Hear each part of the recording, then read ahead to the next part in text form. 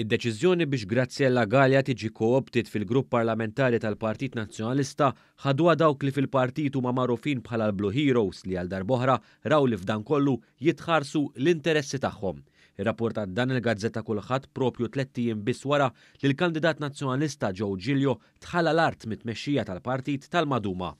Dan wara r-riżenja ta' David Take mill-grupp parlamentari tal-Partit Nazzjonalista wara l-iskandlu dwaru li ġie żvelat fil-medja u li jikkonċerna nuqqas ta' ħlas ta' qrib €1,000,000 VAT dovuta lill-Istat.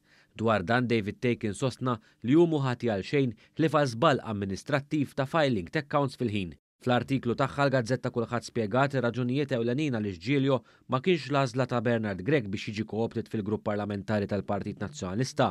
Fil-fatt il-kulħadd irrapporta kif din kienet kollox barra għażla ta' Bernard Gregg e kif il-kap attwali rriżulta li kellu pressjoni interna biex jassigura li l-avukat Giglio ma jingħatax palata daqshekk qrib tal-elezzjoni ġenerali. Ir-raġuni ewlenija wara dan hija propju l-kandidatura ta' Giglio fuq id-distretti ta' żewġ protagonisti tal-Blue Heroes, Jason Azzopardi u Carola Collina. Dwar dawn iż-żewġ bastjuni tal-establishment, il-kulħadd tgħid li l-kandidatura ta' Giglio xejn ma niżlitilhom tajjeb mill-bidu u għalhekk din id-darba kienu ċari kristall mal-kap u n-nies ta' madwaru. Dik li mhux biss ma kellix tgħaddi minn moħħhom li jipproponu lil Giglio, iżda lanqas kellu jkun hemm ċans li din tiġi diskussa.